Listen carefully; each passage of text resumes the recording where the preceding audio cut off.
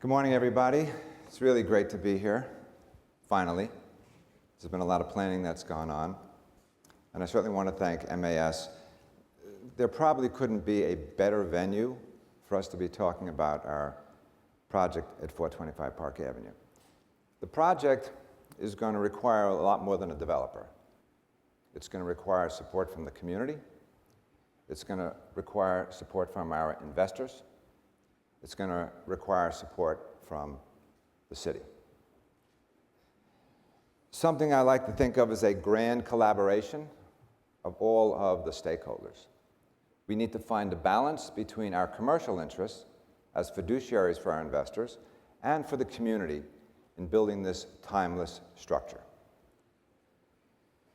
As we move this project forward, you'll see outside some of the process that we went through, and I encourage you to go ahead and look at the display, not only on 425 Park, but on the other architects that have been involved in working with us. You can actually hear the architects, you can listen to them, there's iPads. It's really quite impressive. And it was a phenomenal experience for all of us to share 425 Park Avenue with those people. The first thing that's most important is the opportunity. And it's very important for everyone to understand what that is. For the first time in 47 years, there is going to be a vacant block front site on Park Avenue. Really the first time in most of our lifetimes, and quite frankly, I think it's going to be the last time in our lifetimes. The idea of getting a vacant building on Park Avenue is really quite extraordinary.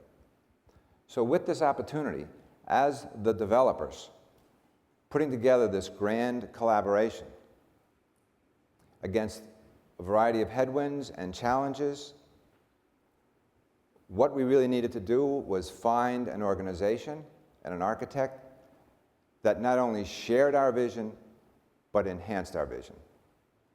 With all of the challenges and effort that goes into something, perhaps the most important thing is the human will that it will take to construct and develop this building. The will of the organization of L&L Holding Company, the will of Lord Foster and his organization, the amalgam of those two strong wills forged together in the steel that will rise out of this site. This morning now I'd like to introduce you again to my partner, friend, Lord Norman Foster.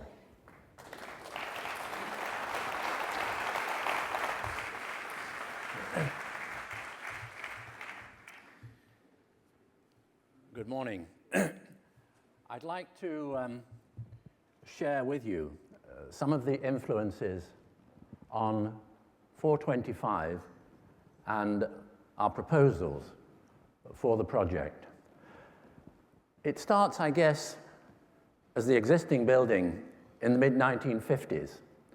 And this is the cover to the brochure of the time. And in the mid-50s, it talks breathlessly about the cutting-edge technology of air conditioning and fluorescent light tubes.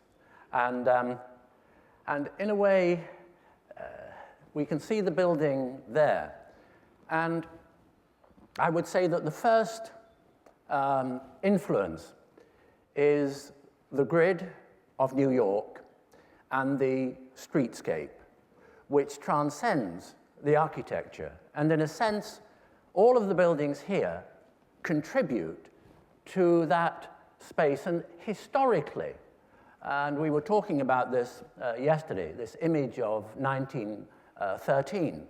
And although the buildings are different, the streetscape is essentially the same, except for the occasional landmark buildings. The church here has its own space, it sets back, and in that sense draws some attention to it with the space in front of it.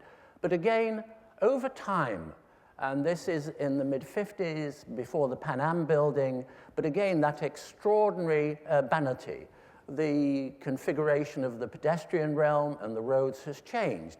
But what has not changed and is timeless is that grid, and a second influence, the way in which the buildings set back and give a richness to the skyline, and again is unmistakably of New York. And I guess that we all have influences in our hero figures, and Hugh Ferris in the mid-30s kind of captured that with his graphite charcoal renderings, which was all about the sculptural effect of those setbacks. And again, coming closer in time to the Park Avenue of today, again, that consistent urbanity, except on occasions with the landmark building which will set back and which will create a public space, a civic space. And it's the fact that these happen occasionally, that they add the kind of spice to the otherwise, I wouldn't say anonymity of the civic spaces, the streets. And quite interestingly, I can remember over time the different installations of public contemporary art which have graced the forecourt of this wonderful Seagram building.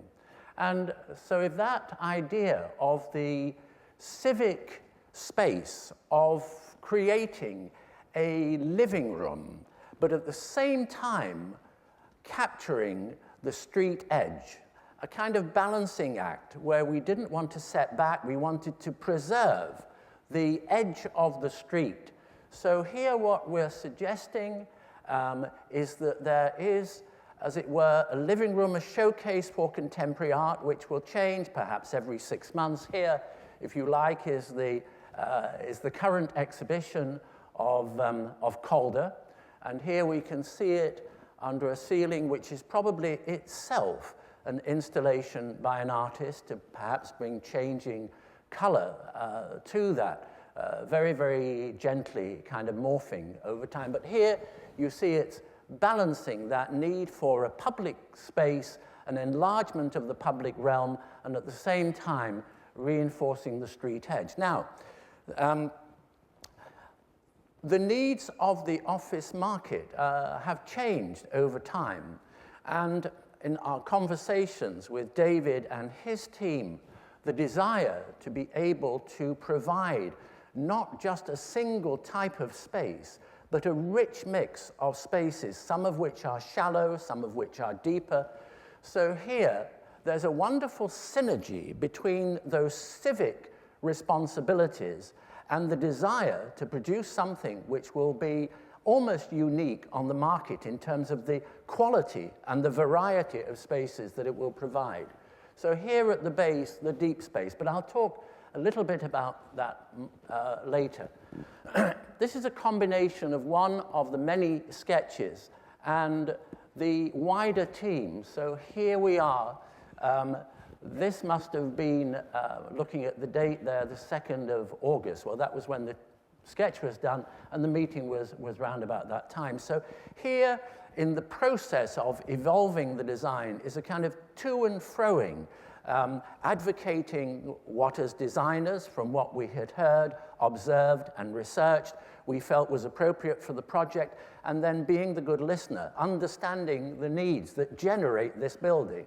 And if those needs are not met, then the building doesn't happen. So, so in a way, the wider team, and here in that sketch, you can see repeated the street edge and then the building growing and relating in the public domain to the skyline. You can see our engineer, Roger Risdell-Smith, over there, and you can see the transfer of that structural engineering knowledge working in a totally integrated way to have the way in which 5 bays can become 4 bays, can become 3 bays as the structural load. So at the same time, woven into this, trying to find a high-performance structure, which in its own elegance will be doing more with less. And talking about the breakdown of those spaces, we have the low-rise, the mid-rise, and the high-rise, and quite a variety in that. Here we start to see the way in which a building is served by a core traditionally in the center. We move that to one side, we kind of stretch it out so it's giving the maximum amount of flexible space. It's tapering to the top as the elevator needs diminish, and then it has a very clearly expressed structure, which is creating column-free spaces within those offices. And we extend the cores skywards as a final flourish, which will probably be a collaboration with an artist in terms of how those are interpreted on the night skyline. So really coming back and seeing that process as we have the structure which diminishes, the bays diminish, we have a degree of stiffening and triangulation. We celebrate those setbacks in the same historic manner as Hugh Ferris and those early 1930s renderings. And here you can see the shear walls of the core just gently extended. Talking a little bit about the flexibility of the spaces here. We're looking at the deeper spaces at the base, and then we're seeing the way in which they might adapt to different kinds of organizations, different lifestyles, different ways of working. How adaptable could they be? Could they take an auditorium, for example? And then as we move to the more shallow plates, and you can see the way in which the core, the back is adapting to that, and then exploring through modeling different ways in which different kinds of organizations could work, what the lifestyle might be, anticipating the needs in the future. And then the narrower floors, different kinds of layouts which might work with those. And then finally, reversing that, looking at it at night, seeing how, and I'll show you later, those spaces, the celebratory spaces might work in terms of providing kind of club facilities for the building. And again, always the clear verticality of the structure. What you're not seeing here is the different expression on the other side of it, which is much more in a kind of different spirit because it doesn't have the needs of glazing. And then eventually, of course, coming to the pinnacle of the building and marking that on the skyline.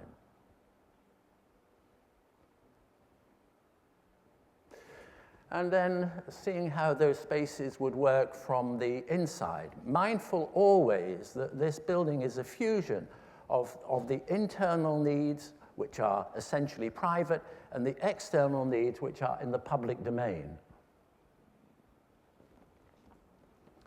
And again, extraordinary views at these transfer levels. So celebrating the sculptural possibilities and the celebration of the way in which the bays diminish and the structure triangulates for strength at those vital junctions.